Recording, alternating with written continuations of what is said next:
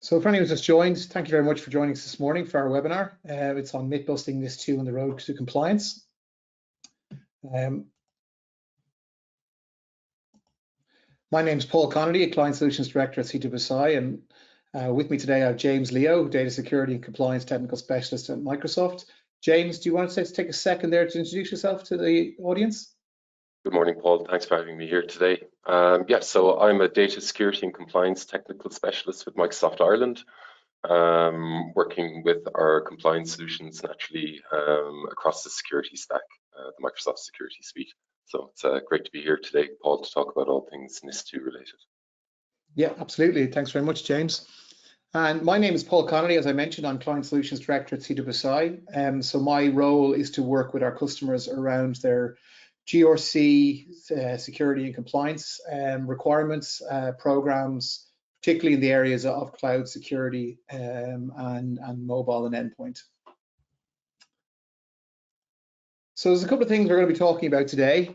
We're going to start with just a very short introduction to who CWSI are, in case we have anybody on the call who doesn't know who we are. And then we're going to get straight into the really interesting stuff. We're going to talk a little bit around the kind of myths that are floating around or things that we're hearing people say around NIS2 that may or may not be accurate. And then we're going to have a look at, getting into a bit more detail around how NIS2 differs from NIS1, how will NIS2 affect different types of organizations, in particular multinational organizations. James is going to give a bit more detail around how Microsoft themselves are addressing NIS2. And then we're going to wrap up hopefully with some useful kind of takeaways and actions that you could take away from the call to help you with getting ready for NIS2. So first of all, a quick introduction to who are CWSI. So, our purpose in our organization is very simple. It's to enable the world to work securely from anywhere. So that basically means any device, any location, any time, accessing whatever applications are relevant to your need. I think that's what the world is looking for now, and that's been our purpose since the company was founded. Our areas of expertise, so we grew out of a mobile security and management business back in 2010. That's where the company was founded, and that meant that from the very early on we were looking at cloud-based management, cloud-based security. So we have been a cloud security company from very early on, and that's the kind of key area of our expertise. Obviously, we are leaders in modern endpoint security, so that mobile background has now become an endpoint background.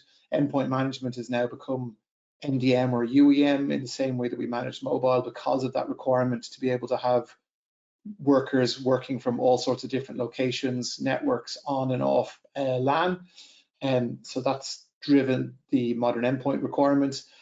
And also through acquisition and growth, we have gained an ability in secure application development. We were always quite strong at advising organizations on how to secure applications from third parties, but we now also have an ability to deliver and create applications ourselves through our team in the Netherlands, particularly specializing in high security requirements and use cases such as policing, healthcare, military kind of applications. So that's kind of specialist areas that we've worked in. And then finally, the area that's probably relevant to what we're talking about today is we have our team of experts advising business around cyber strategy, focusing on areas like governance, risk and compliance and advisory. So, cloud security, the development in modern endpoint security, the kind of application-driven world, all of these, require a change potentially in how organizations adopt or update their cyber strategy. And that's something that we're well placed to help organizations with. We've offices in 5 countries in Northwestern Europe. Obviously, Ireland is where CWSI started out, but through acquisition, we've grown into the UK, Benelux, and Netherlands regions. And in most cases, the organizations that we've acquired are very similar to ourselves, with a long history in endpoint and cloud security, with some various specializations in different areas, as mentioned, like application security, and also we have a lot around end-to-end full device lifecycle management in our Belgian piece, with some very unique capabilities around our management platforms. We also have a wide customer base of multinationals. So we currently support major multinational organizations across North America, Asia, and Northern Africa. So it's not just a European footprint. We have the ability to support organizations globally. So I'd like to start with maybe setting the scene about why are we talking about NIS2? Why is NIS2, or regulation itself, why are we seeing so much more regulation coming into basically every regulated environment? It's not just the EU. We're seeing new regulation coming across the world: Australia, Asia, the US, China. There's different types of regulation coming in around cybersecurity, data security, and privacy. And some of the reasons for that are, statistically, we're seeing, 3/4 of organizations recently surveyed experiencing at least one data security incident. So this is the Microsoft Data Security Index. This is a global stat, but this is replicated, I think, locally. There was a Sunday Business Post survey done recently in Ireland of Irish businesses, and it was 71% of businesses that reported a data breach within the last calendar year, which is very, very close to this 74% stat. So 3/4 of organizations experiencing at least one data security incident. It's become almost a normal thing that's going to happen. Obviously, they can vary in their impact, but it is up significantly from 5 or 10 years ago. Over 61% of businesses impacted by supply chain attacks in the past year. This is from a different Microsoft report, the Digital Defense Report.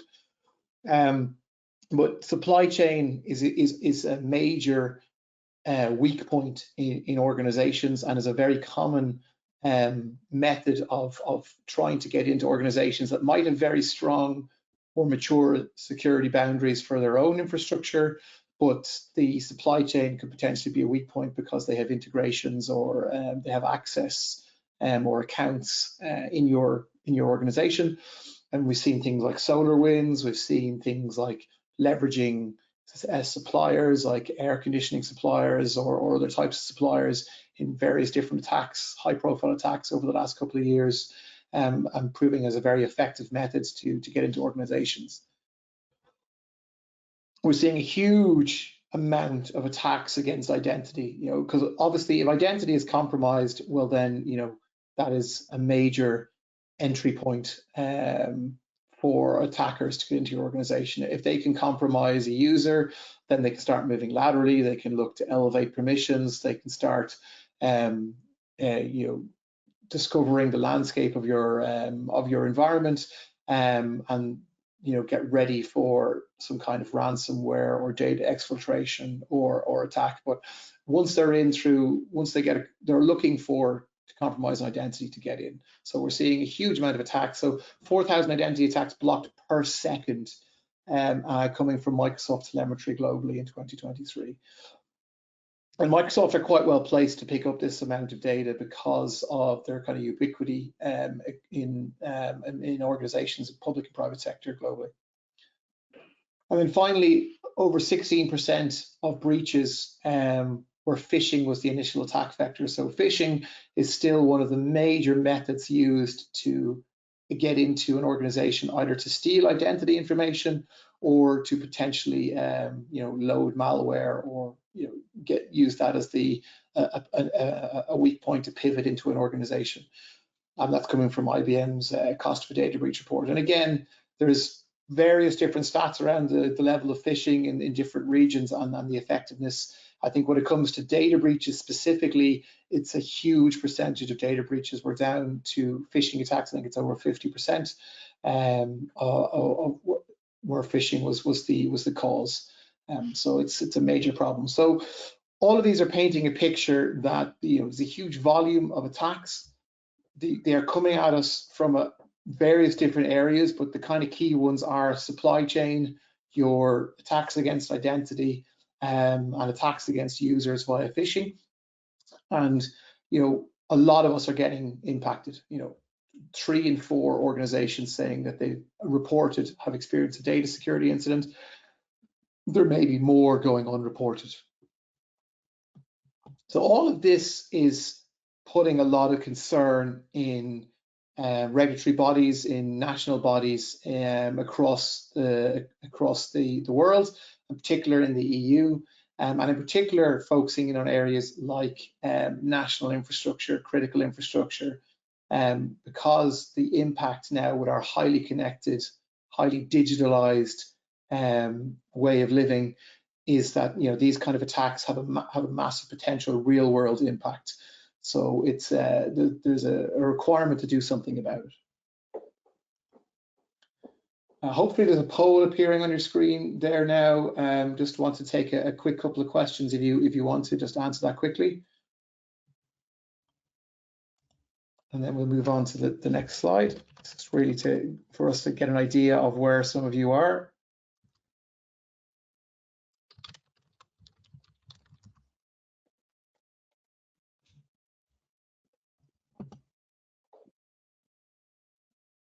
Okay, I'll give you a couple more seconds just to answer that poll, and then we'll move on.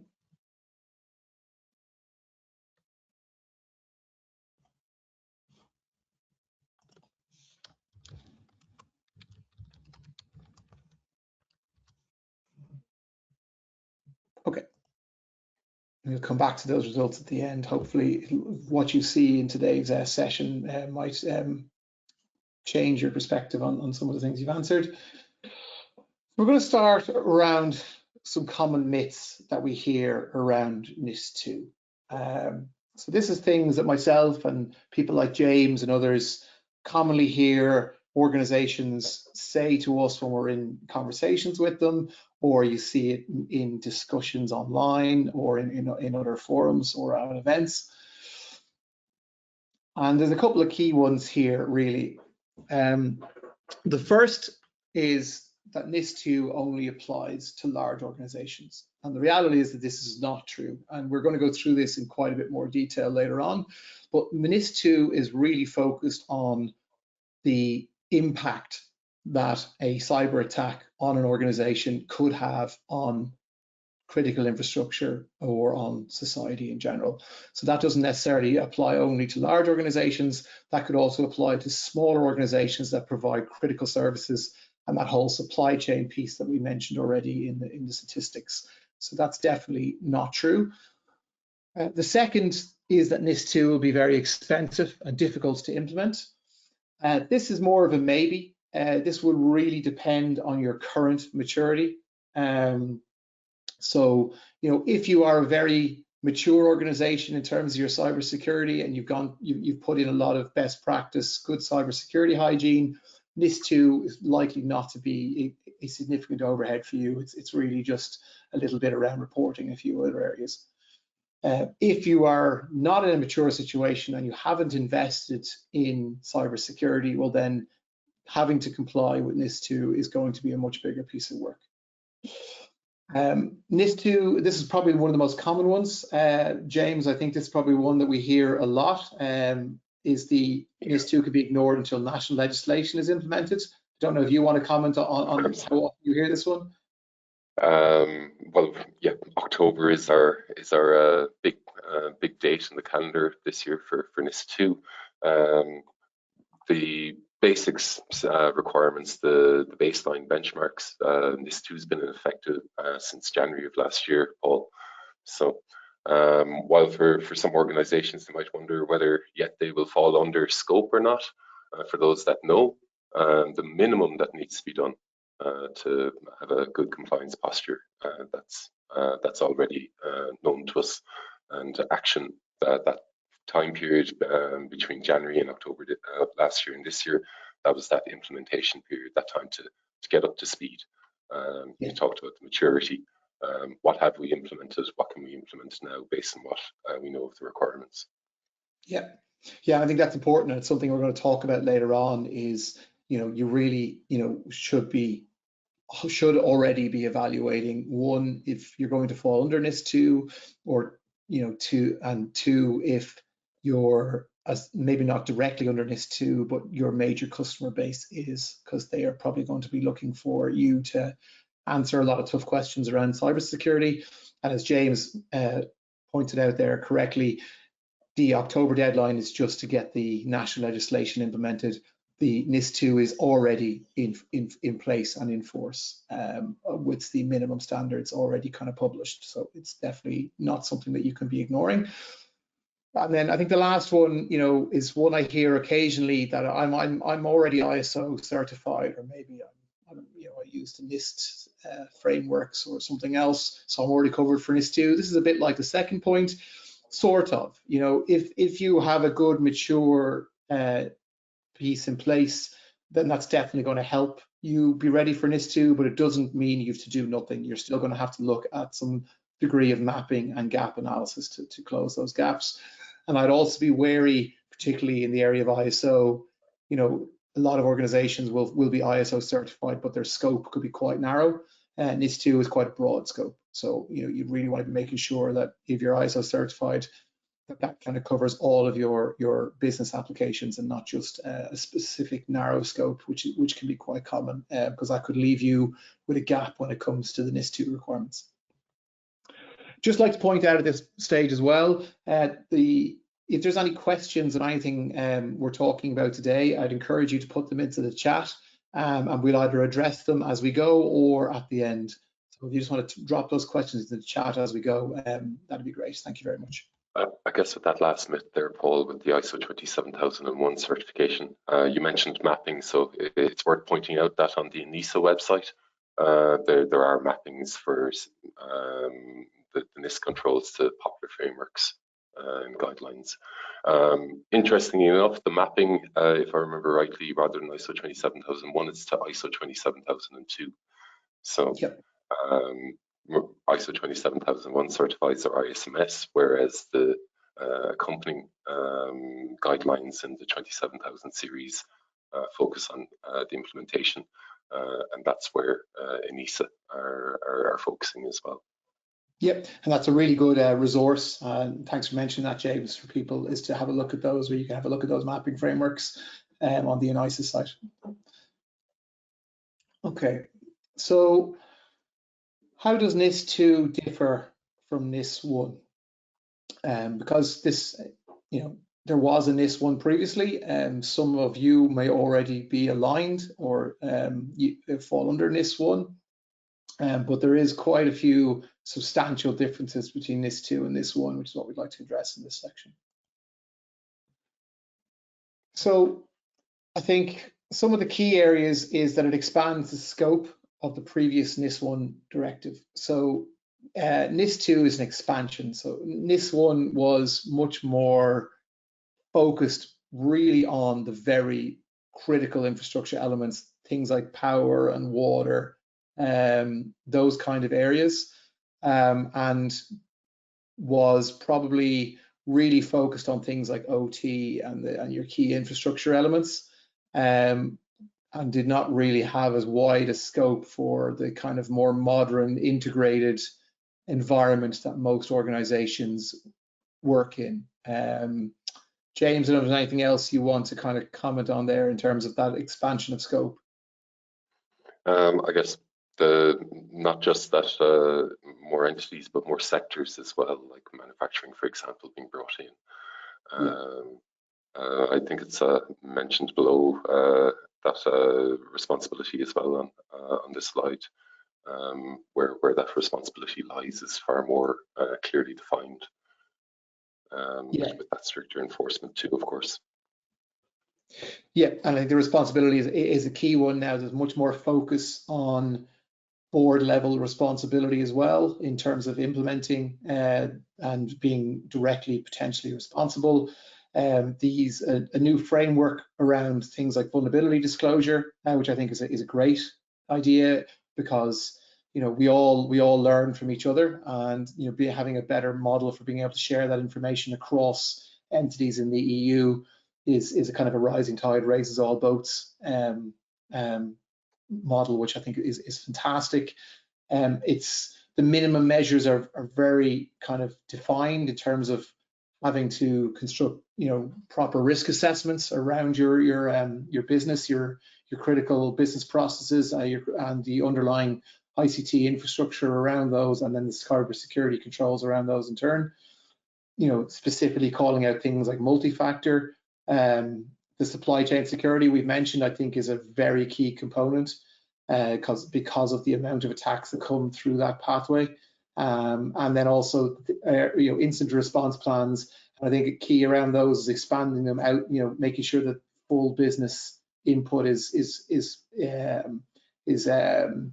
covered in the incident and response plan. So these are all really good measures that are kind of bringing up the minimum standard cybersecurity hygiene within organizations and their operational resilience. And then also the enforcement level, there's going to be defined, national bodies which will have a responsibility for oversight, auditing and certification of organizations in each of the member states, which is going to give a bit more, I think, focus on the enforcement and compliance there. So we mentioned the expansion in scope, and James mentioned, the additional sectors. So, NIS2 has this kind of core model of what is called essential or important organizations. And as you can probably see there, the essential list, which probably would have been the focus in NIS1, has expanded quite significantly. So we've got health, energy, transport. So obviously logistics and transport are very important. Drinking water, wastewater, sewage and systems. But new things like space is quite interesting. So satellite technology, satellite communications, obviously things like pillar banking is very important. Digital banking is critical now in most states and national and life. Public administration, obviously, the financial market infrastructure, highly digitalized, highly volatile. We've seen plenty of instances before where cyber attacks can disrupt financial markets. But another interesting couple here around digital infrastructure. So it's really critical now that large digital infrastructure, data centers, digital infrastructure providers, the likes of potentially Microsoft and others, AWS, Google, etc., they're all critical components, essential components to a lot of our core infrastructure. And then another one that probably is going to bring the scope quite wide is around the ICT service management piece. So, the people who are actually supporting a lot of these organizations with their ICT management. So, managed service providers in ICT and cybersecurity will fall into this. That's quite a wide scope of organizations that I think might not have been under something like NIS2 before or NIS1. And then you've got the kind of important side, so your digital providers, things like research, food production, disruption, postal courier services, waste management, manufacturing. And there's also a kind of a matrix, and there's a really good summary of this. Those of you who are Irish-based, if you go on to the NCSC website, they have a good kind of introduction to NIS2 document, and it kind of has a very useful table which shows a breakdown of the different sectors and what constitutes essential and important. And it's important to note that there is criteria such as the size of the organization and its actual size in terms of headcount and in terms of its revenue that will also push it from important to essential. So there are caps there. So things like, if you have more than 50 staff and more than 10 million turnover, that can push you, if you're an ICT service management provider, for example, into that important space or essential, depending on your size. Again, James, anything you want to add on the kind of this widening in scope? Sure. I guess between our essential and important, the differences there, they don't just simply come down to the level of fines that might be applied or penalties, but it's in the application of the directive as well. When we think of our essential entities, they'll have ex ante and ex post supervision. We're not simply going to see with regulators and authorities that it's when an incident happens that we have that regulatory authority to deal with, or after we make a notification. There will be regular and targeted security audits, especially for essential entities and organizations that fall under scope.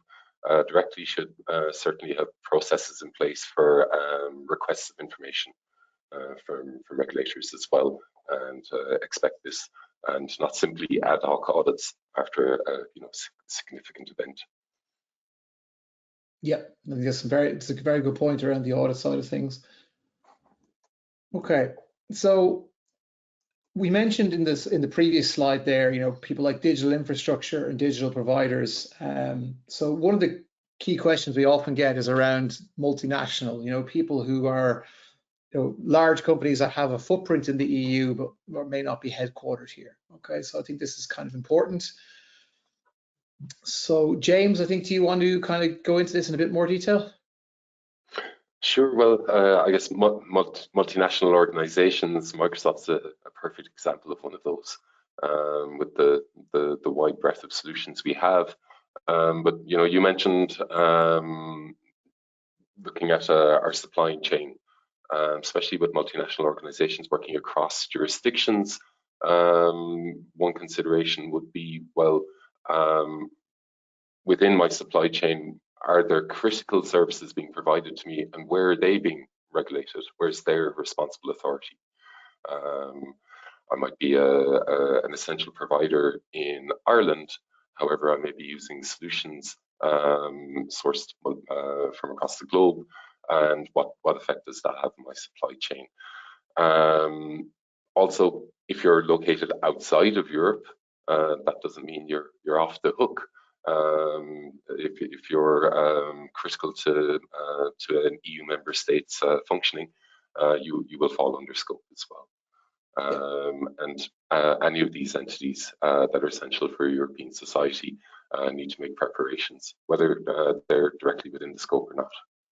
Yeah, I think that's absolutely key, and especially with the prevalence of many of the major digital providers, infrastructure providers are based outside the EU. So it was important that the EU made sure that they are also falling into scope. I mean, much the same way that like GDPR had a supranational kind of capability. It's the same with NIS2. And I think one thing that also bear in mind, if you are an organization who have offices and functions in lots of different EU states, you need to think about the fact that you could have multiple different oversight agencies looking at your organization and what it does. There is not really a concept of a single shop model like is in GDPR. So if you are an international multinational organization and you have services being provided in one European country and other services being provided from another European country, but you're providing both of those services to key essential or important services in Europe, well then you will have to think about I'm supervisory bodies in both of those different national bodies will have oversight. So that is a bit of complication that multinationals need to think about. So I think that's probably a nice segue into one of the biggest multinational providers and service providers who will be affected by NIS2, which is Microsoft. And I think, James, I'll hand over to you here as the Microsoft representative to kind of talk us through at a very high level some of the things how Microsoft is looking at around NIS2. Sure, Paul. So to start, Microsoft, of course, seeks to provide a clear stance and position on any and all critical regulations that might affect us or our customers. Of course, as we mentioned already, Microsoft, with the wide breadth of solutions we provide and that global footprint, we fall under the scope of NIS2, and we're committed to complying with NIS2 as well, with the requirements. Our teams are closely monitoring legislative developments, partnering, of course, with policymakers as well to keep up to speed on the elaboration of the implementing acts as they come about towards the end of this year. And we have historically been dedicated to having strong security practices in place. And many of these are actually reflected in international standards and best practices now. Many of the cyber risk management measures that are identified in Article 21 of the NIS2 directive have already been taken by Microsoft, and we continue to have security and trust as central corporate values. Of course, given the type of services we provide, we're dedicated to aiding our customers in adopting resilient solutions and adhering to the principles of that, while we still maintain that shared responsibility approach. Our all-in-one suite of solutions include security, compliance, and privacy solutions that, of course, can streamline your journey to NIS2 compliance as well. If I believe you've control of the slides, Paul. So moving from NIS1 to NIS2, what does this mean for Microsoft, for our customers as well? The NIS2 directive, it's providing a legal measure to boost the overall level of cybersecurity in the EU. And the aim there is to continue contributing to the overall functioning of the internal market. And there are three main pillars that were the basis of the NIS directive. The first one was, of course, building on the NIS1 strategy of network security of network and information systems to have that high level of preparedness amongst member states. This requires that member states adopt a national cybersecurity strategy. They're also required to designate national cybersecurity incident response teams, CSIRTs, these being responsible for risk and incident handling, and then a competent national cybersecurity authority in a single point of contact.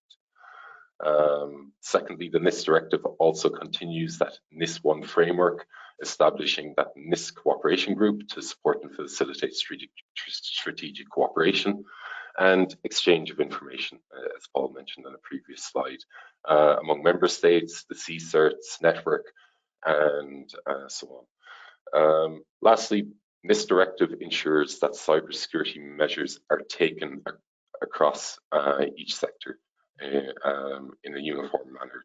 But these are vital, of course, for our economy and our society, which is so heavily reliant on ICT, across industries such as energy, transport, banking, financial markets, even drinking water, and digital infrastructure. So public and private entities that are identified by member states as operators of essential services in the relevant sectors, they're required to undertake cyber risk assessments, put in place appropriate and proportionate security measures, and they're also required to notify serious incidents to the relevant authorities. For digital service providers, key digital service providers, say search engines, cloud computing, online marketplaces, and such, these will also now fall under the same requirements. NIS2 directive, it significantly expands the scope of sectors, and it introduces size thresholds as well. So some of those myths you mentioned, Paul, about maybe I'm too small, it's the impact we would have that ultimately determines. There are limits set around revenue, size of the organization, and so on. But ultimately, what is our impact? What is that blast radius related to a security incident within our organization? We, of course, have those more stringent supervisory measures for national authorities, stricter enforcement requirements, and that harmonization of regimes across member states. NIS2, it's establishing a basic framework with the key actors on coordinated vulnerability disclosure for newly discovered vulnerabilities, and it creates that vulnerability database that Paul mentioned earlier as well. So I think I think as well as key, you mentioned it there, James, is NIS2 is establishing a kind of a floor, but this is all part of this evolving European policy landscape. This is part of a framework of regulation that's designed to kind of cover a whole bunch of this digital and cybersecurity and kind of privacy and all those different areas. So we've already seen this starting with things like with GDPR, obviously, and the various different Digital Services Act, the e-Privacy Act. Now we're seeing NIS2. We're seeing the kind of industry-specific, very, kind of, I would call them almost the daughter regulations of NIS2, which is things like DORA, which is the Digital Operations Resilience Act, specifically around the areas of financial regulation. And then, we're seeing things like the Cyber Resilience Act. Obviously, at the moment, we're also looking at the AI Act, should be finalised fairly soon as well. But this too is not a one and done kind of piece of work. This is part of a framework of the European policy landscape. That'd be fair to say, James, wouldn't it? That's right. I think NIS2 will serve as the foundation for future significant laws, and shows it's a kind of bellwether regulation that shows the direction that we're going to go into in the future as well. Yeah. We actually did just get a question coming in now. Just bear with me 1 second. So, question is, am I correct in saying that now in the event of a potential incident where personal data was impacted, it would now have to be reported to the Data Protection Commissioner? I'm guessing that would not have to be reported to the Data Commissioner and the NCSC. So I think the question is, like, if you have a data breach, that you would have to, obviously you have to report that to the DPC, but would you also now have to report that to the NCSC? It's a good question. I think my understanding, and James, please jump in with your thoughts. My understanding would be, if it's a significant data breach, then you would be reporting both to the DPC and the NCSC. I can't, imagine why you wouldn't be doing both if you fall under NIS2, obviously. So if you are under the NIS2 essential or important umbrella, and you had a data breach, I think you would report to both bodies, is my understanding. James, have you thoughts on that? Yes, I would think so as well. Essentially, it means that we have more notification responsibilities placed upon us and more regulatory oversight. Say NCSC, of course, but also if we're in the financial services, then we would have the central banking authorities as well. That's true, yeah, under DORA as well. It's going to be the CBI will be the regulator in that case. Yeah. Okay, good question. Okay, so we might just, do you want to skip over these, or do you think it's worth running through them? I think you covered a lot of these already, James. Yeah, just to highlight, there is that 10 key areas that are highlighted within NIS2 that need to be addressed. And following on from the question we just had around incident reporting as well, that there's quite clear timelines set in the time that we need to provide those notifications to the authorities, and different levels too. So within 24 hours that we're giving an early warning, whereas then say within a month we have to follow up with a detailed description of either the issue itself and our steps towards remediation or progress in addressing that issue.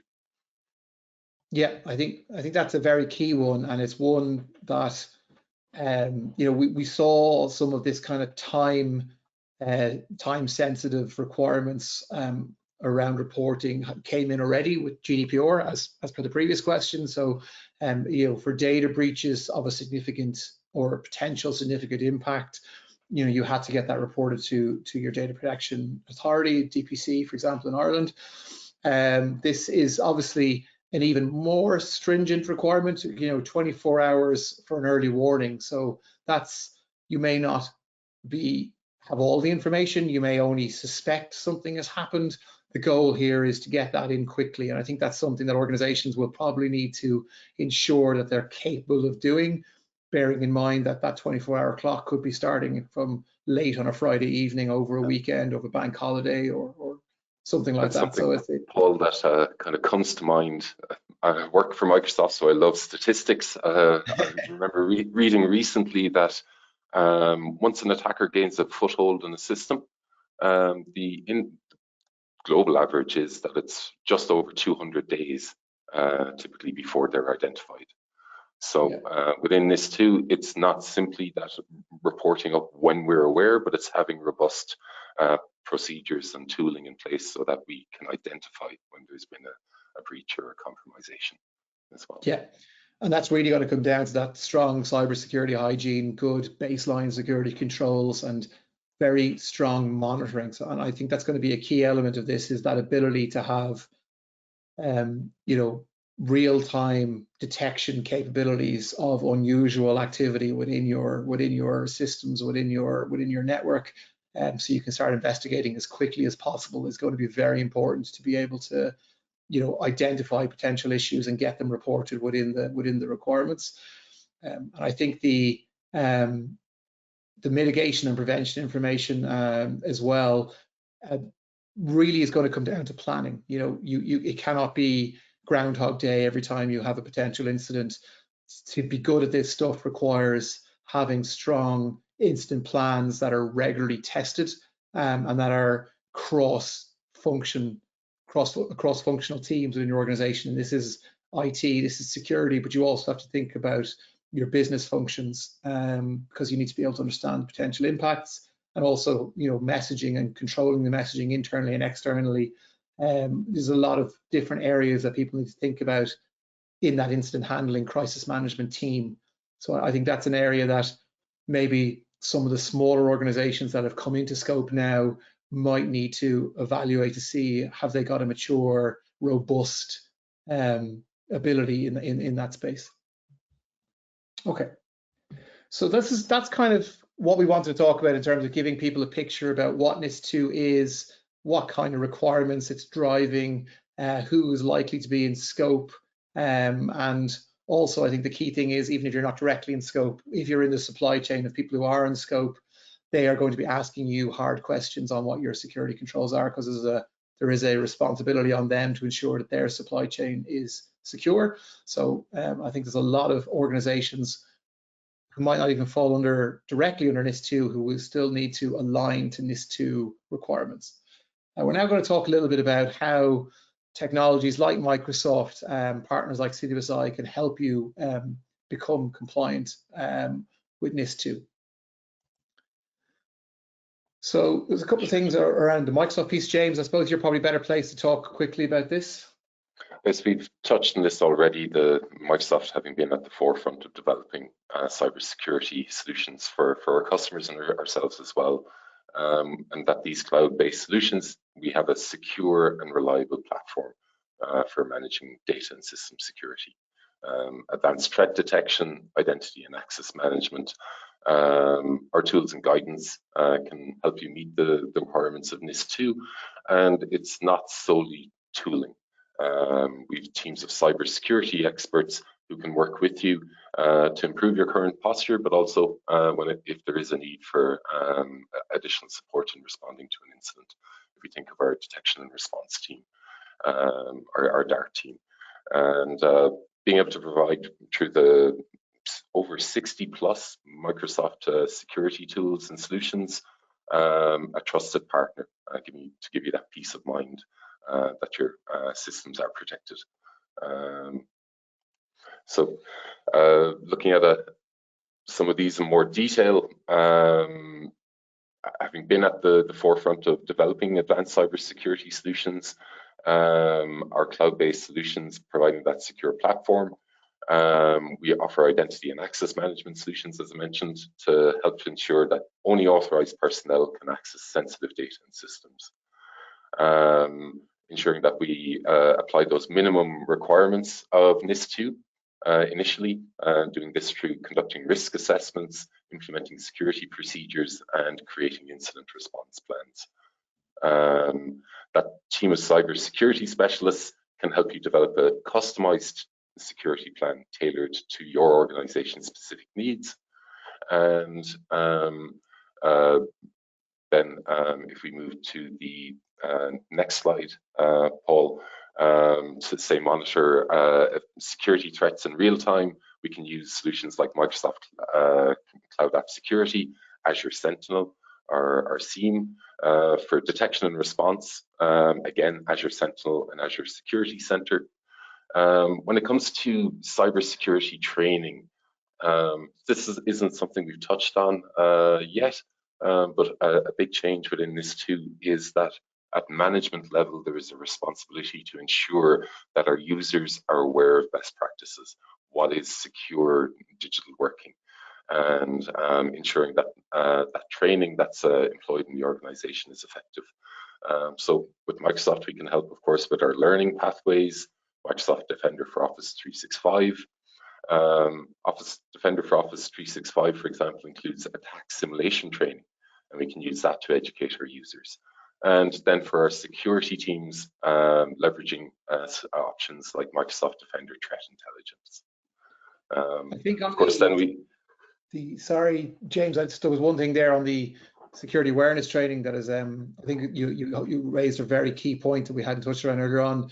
That requirement around the leadership to get training, that's not just kind of your standard security awareness training, right? There's a focus now that leadership need to really get trained on management of cybersecurity risk. So, at a management level, what good cybersecurity risk management programs look like, and how what the ongoing monitoring of performance and success within that cybersecurity program and framework in organization looks like. So really putting an onus on the senior leadership to manage that risk, probably in the same way that they already do around the core things like financial risk. I think that'd be fair to say. Exactly, yes.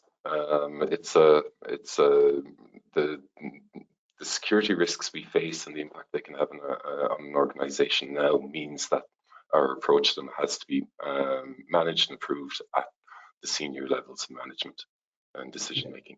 And of course, responsibility has to be taken for those decisions afterwards.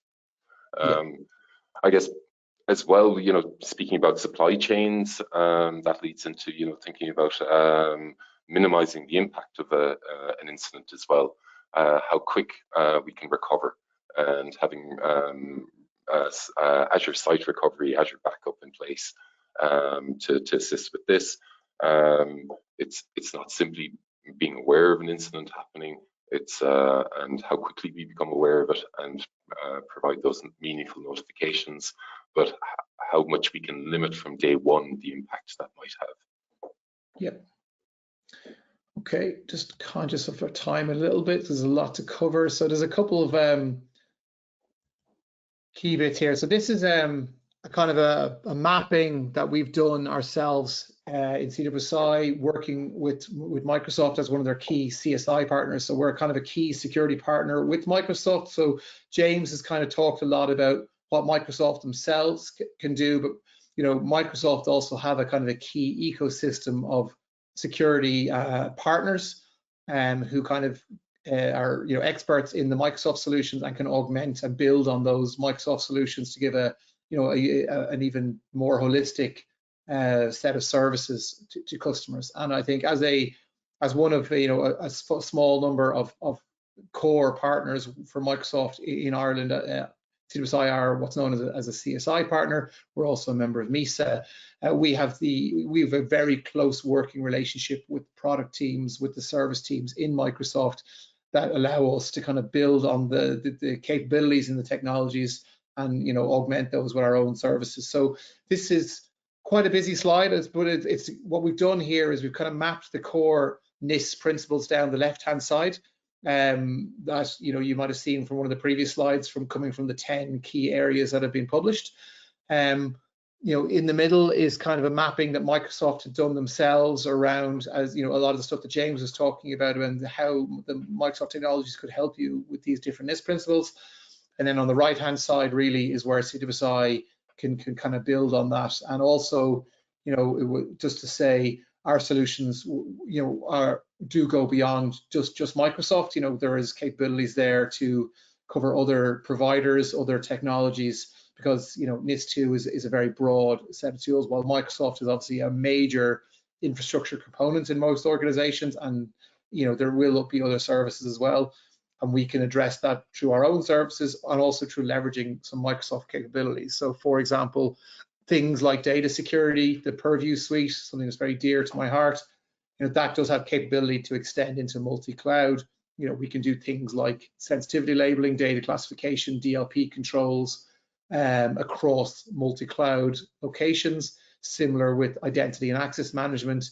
It's having a sort of a single sign-on, multi-factor authentication, enhanced conditional access, zero trust approach using Entra is fantastic for providing a identity and access control plane across lots of different services, SaaS services and internal services.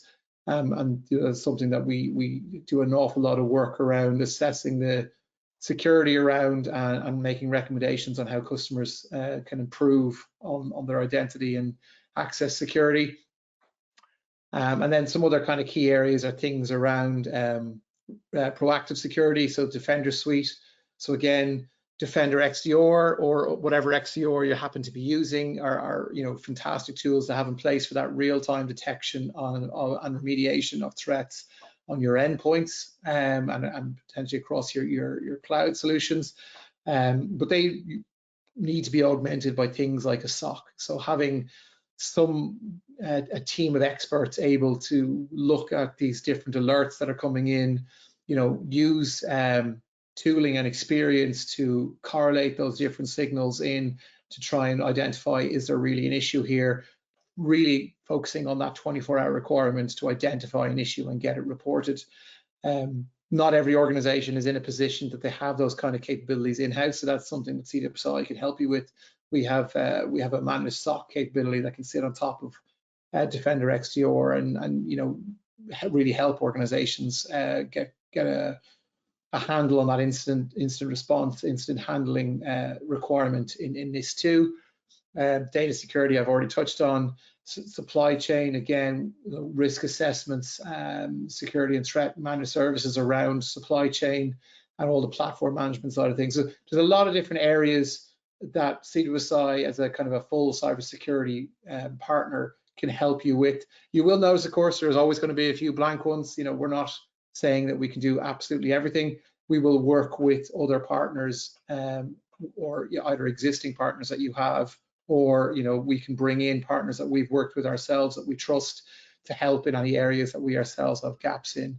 But really what we want to be is a kind of a full journey partner with you around getting to NIS2 and most importantly staying compliant, because all of these areas, it's not a one and done. There is a focus in NIS2 on continuous improvement, and it's important that organizations are always looking at developments in security tooling and in the threat landscape, vulnerability landscape, to ensure they stay up to date and stay protected.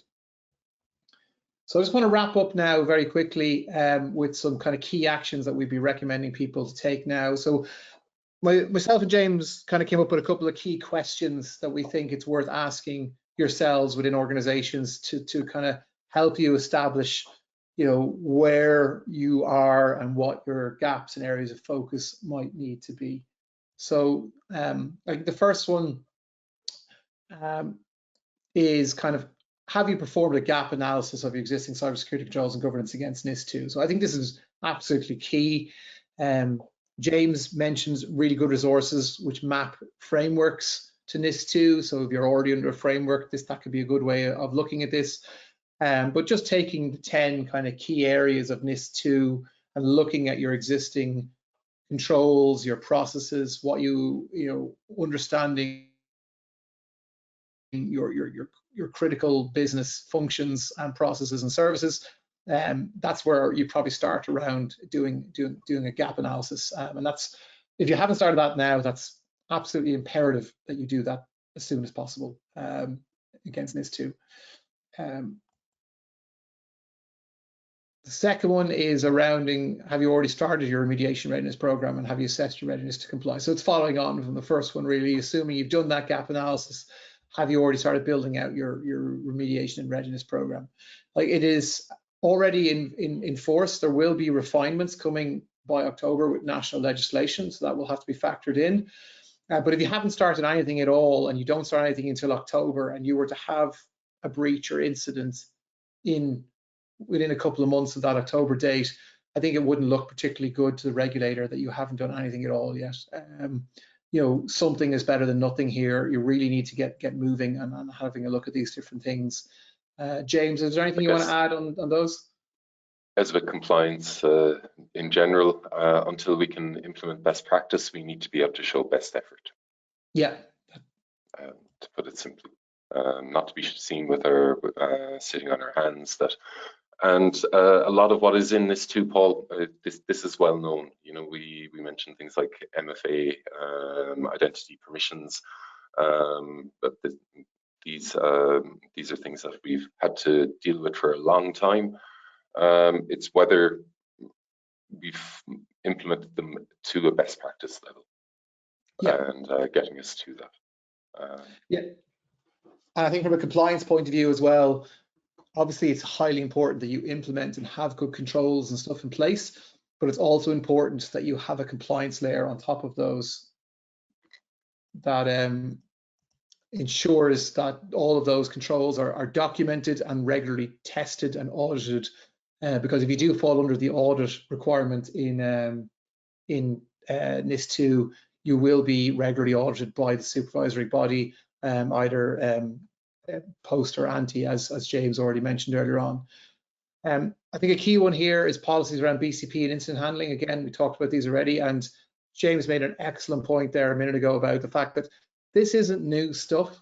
This is good cybersecurity hygiene that we've all been talking about in cybersecurity circles for, you know, over a decade. So it's really important. There's nothing here that is brand new in that way. It's just really putting some maturity around it and some compliance layers around it and ensuring that it actually happens. But business continuity and incident handling are obviously very important. So, you know, things like how you're going to recover in the case of a ransomware or you know, a denial of service or a major structural incident. You know, some of the stuff that James already mentioned, like the Azure site recovery, what your backup and recovery capabilities look like. And like incident handling, all of these things have to be regularly tested.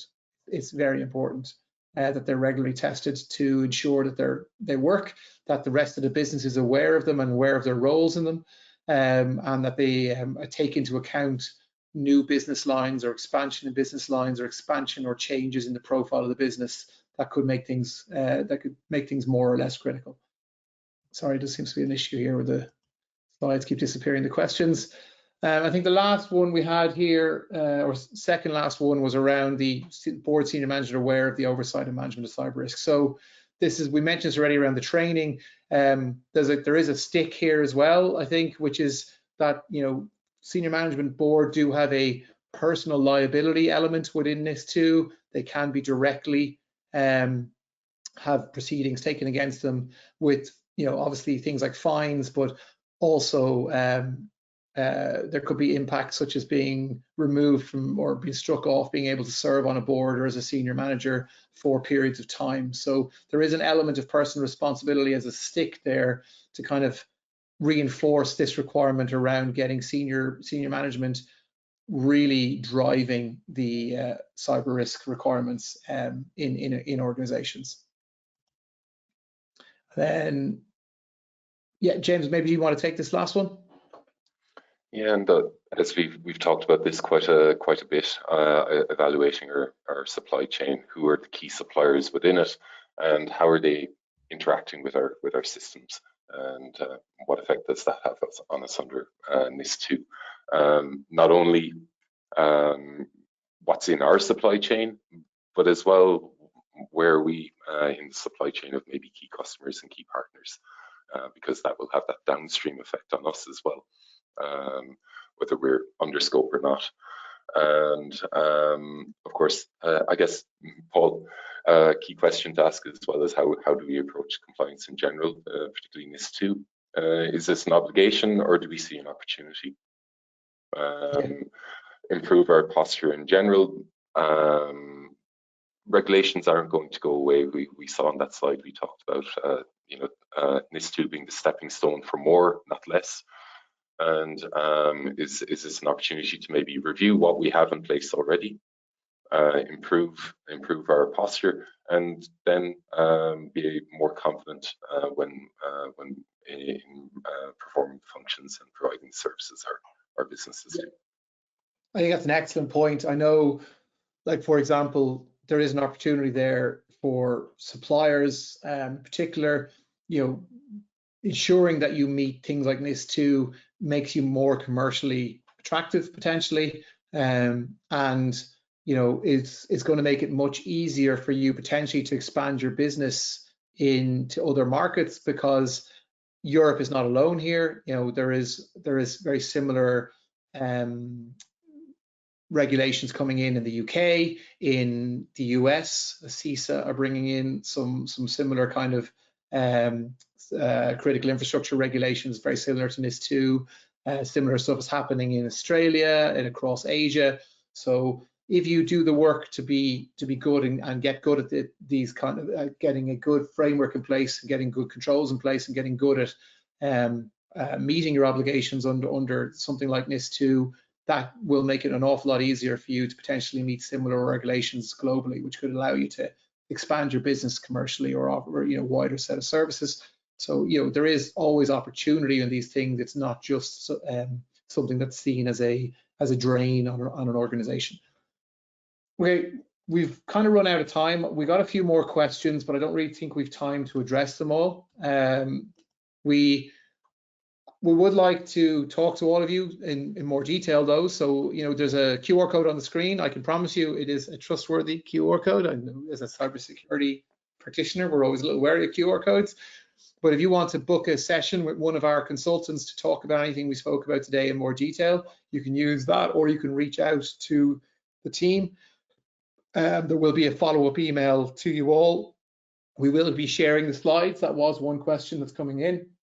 And we can look at doing that to attendees, and you can reach out to our account managers or to our marketing team to try and talk to us about anything in particular. I'd really like to thank James for his time today. You can probably pick up, he's really deep in the detail of NIS2 and compliance and regulations across the cybersecurity and technology sector in general. So James, thank you very much for your time today. I really appreciate it. You're very welcome. Pleasure being here. Thank you for having me. Yeah, and thank you as well to the audience. Really appreciate your time today, and I'm looking forward to speaking to some or all of you in the future. Hopefully it's an area that we can help you out with. So thanks very much.